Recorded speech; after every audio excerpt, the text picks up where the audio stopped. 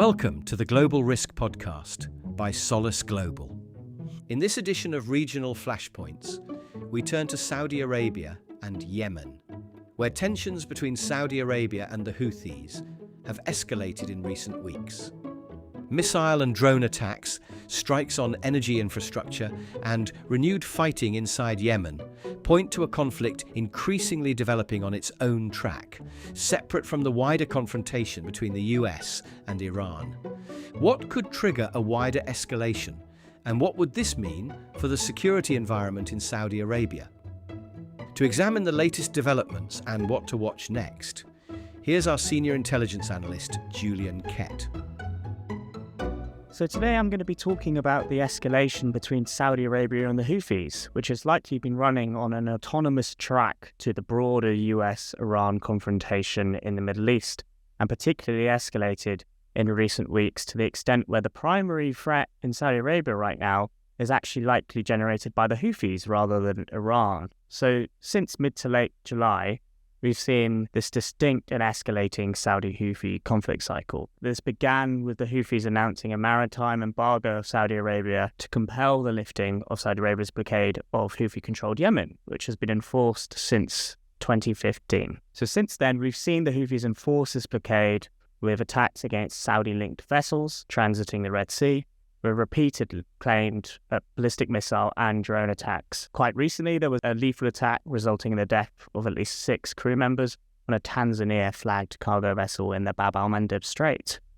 Some of these vessel attacks have resulted in Saudi retaliation airstrikes against Houthi-controlled Yemen, and the Houthis issuing a threat to respond on a port-for-port, airport-for-airport basis. We've seen the Houthis conducting regular but limited attacks against targets, particularly in southern Saudi Arabia, including international airports, particularly in Najran, Asir, and Jazan. But the most consistent target set we've seen has been Saudi energy infrastructure. Particularly, an Aramco refinery in Jazan has been claimed to have been hit by the Houthis multiple times. At the same time, we've seen a second axis open up, because in late July, the Saudi Ministry of Defense reported drone attacks originating from southern Iraq, stating that these drones were targeting energy infrastructure in the Riyadh region. Now, attribution here is contested because we've seen some sources attribute those attacks to Houthis originating from Iraqi territory in coordination with the local Iranian-backed Iraqi militias and the Islamic Revolutionary Guard Corps itself in Iran. The Houthis claimed this attack to be their own. Now, the US and Saudi Arabia responded with joint airstrikes in Iraq against these Iranian-backed militias.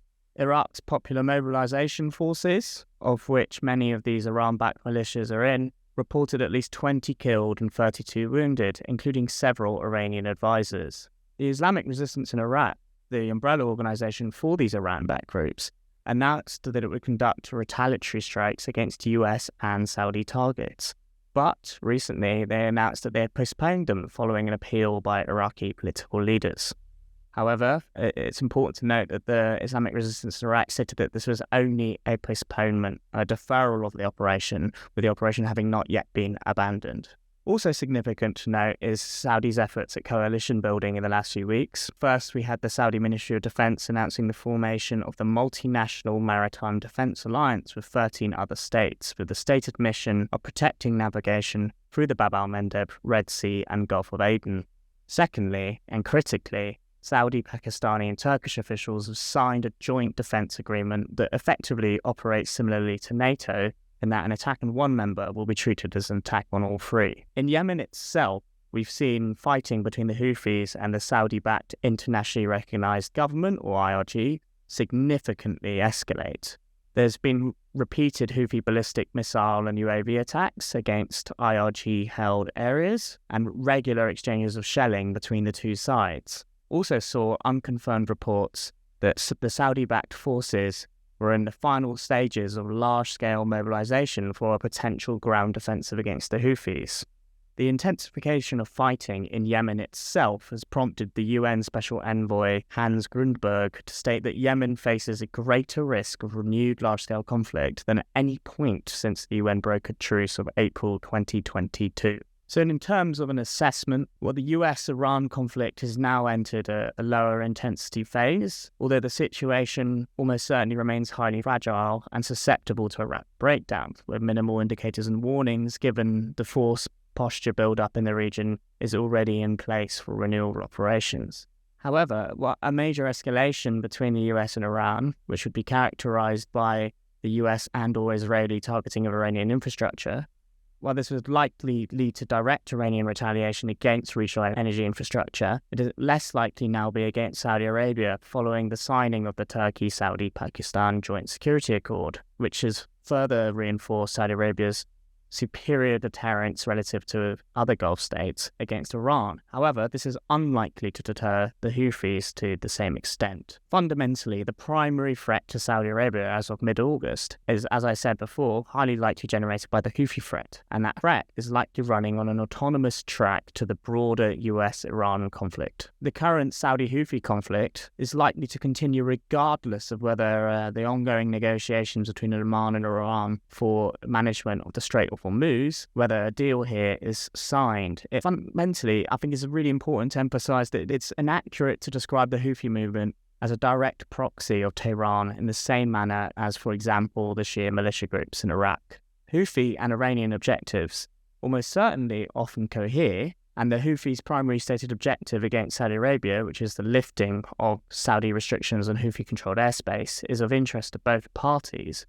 But the Houthis have repeatedly demonstrated that they can and will act independently of Tehran's direction. Regarding the claimed postponement of the Iraqi militia retaliation, this was likely a product of Iraqi domestic political pressure. That decision likely reflects the interests of Shia coordination framework parties in Iraq in avoiding further US-Saudi joint strikes and in protecting the position of the Popular Mobilization Forces ahead of a 30 September deadline given by the Iraqi government for placing all weapons under state control. Now, this postponed attack would have likely constituted a multi-axis attack on Saudi Arabia from both Iraq and Yemen simultaneously that a senior Saudi official had warned about. It's important to note that attacks originating simultaneously from both Iraqi and Yemeni territory would most likely target energy infrastructure, and simultaneous attacks from both of these axes would likely force Saudi Arabia to disperse aircraft, radar, air defense systems, etc. across multiple directions, which would potentially overstretch these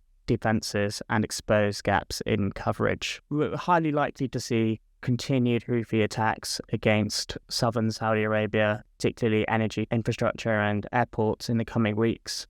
The prioritization of attacks against Saudi energy infrastructure is reinforced by Houthi media warning that these attacks would be expanded if the Kingdom of Saudi Arabia continues to apparently stall its diplomatic efforts. These attacks are highly likely to be the primary form of leverage the Houthis can impose against Saudi Arabia currently. Regarding the fighting in Yemen, though, which is really, really important to monitor, the escalation in fighting between the Saudi-backed forces and the Houthis is indeed almost certainly the most significant escalation in the Yemeni civil war since the 2022 truce. The concentration of attacks in areas like Marib correspond closely to the axes along which Houthi forces were advancing before the truce. The Houthi attacks against Marib city likely indicate an intent to degrade the ability of Saudi-backed forces to exercise command and engage in maritime resupply in preparation for a potential renewal of full-scale fighting, but also likely is intended to deter this potential Saudi-backed ground offensive. So looking forward, the most likely trigger for a major escalation with a notable impact on Saudi Arabia's threat environment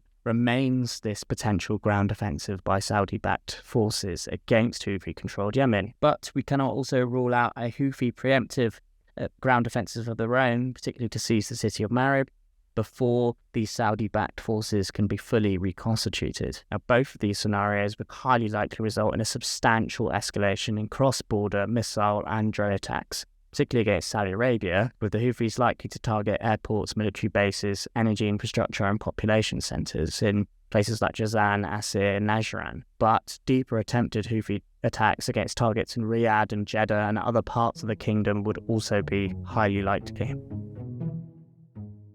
That concludes this episode of Regional Flashpoints on the Global Risk podcast.